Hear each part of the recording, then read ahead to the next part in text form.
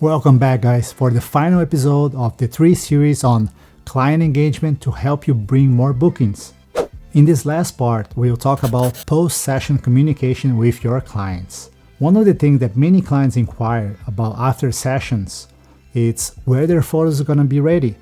The anticipation of seeing the amazing pictures you capture from the day is undeniable. So after you get home from the session, first things first, make sure to transfer all the images from the memory cards to your computer, hard drive, and back them up.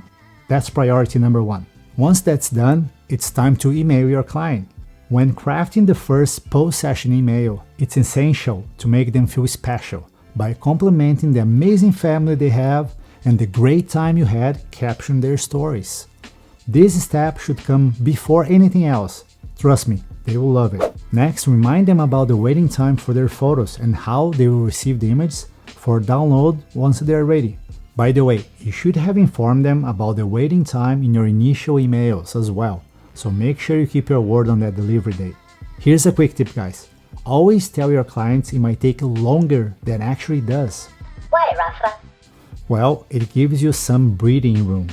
You're not rushing through galleries like a maniac to meet deadlines.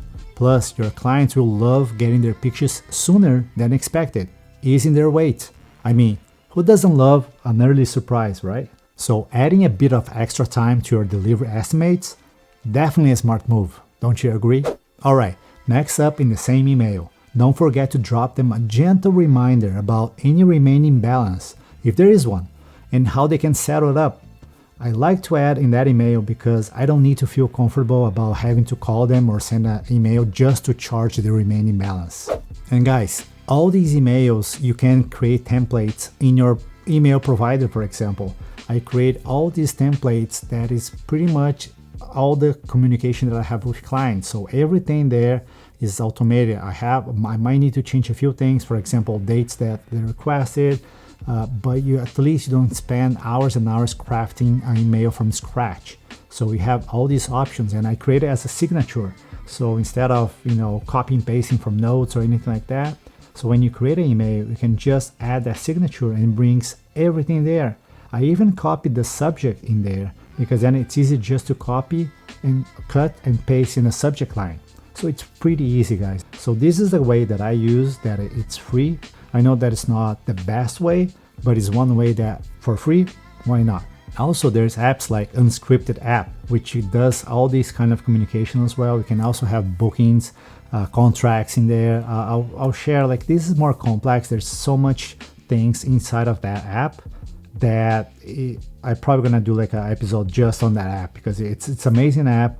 I've used in the past, I still use it nowadays. You can check when the sun's gonna set, when is the golden hour, when is the blue hours. There's another app called Style and Select, which you kind of create like outfits for your family, and they actually can purchase directly from their website. So it's pretty great. We're gonna talk all about that. So guys, there's a lot of tools. It's impossible to fit in one episode only, so I'll craft everything in different episodes and talk about that. And that's a wrap for the first post-session email with your client. You've basically made their day by showing them some love about how awesome the session was, from the outfits of the kids, you name it.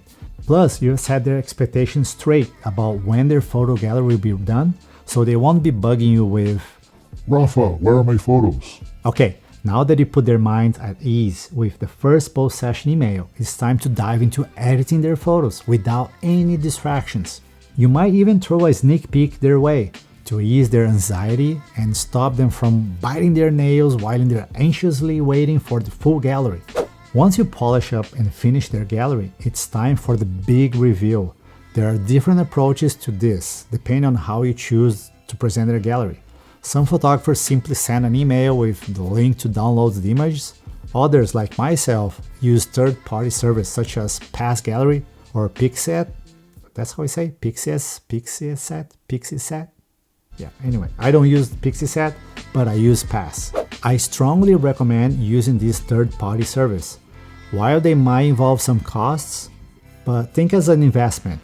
Not only will it streamline the entire process, saving you time, but it can also lead to significant returns through additional sales opportunities they have. These platforms offers immense benefits, which is why I'll be dedicating an episode to exploring various online photo gallery options that can make your life so much easier.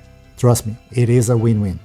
But hey, if you're more old school and prefer manually send pics via WeTransfer or something similar, craft an email full of excitement about how the images turned out.